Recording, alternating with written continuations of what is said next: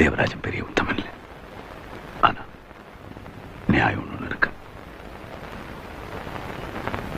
ரமணா செஞ்ச தப்பு, நீ செஞ்ச நியாயம். என்னால ரொம்ப கஷ்டப்பட்டிருக்க, மன்னிச்சிடு.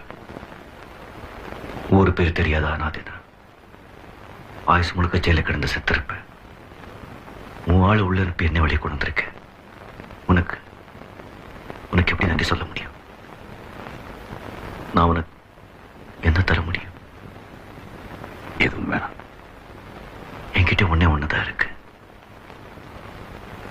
என் உயிர்.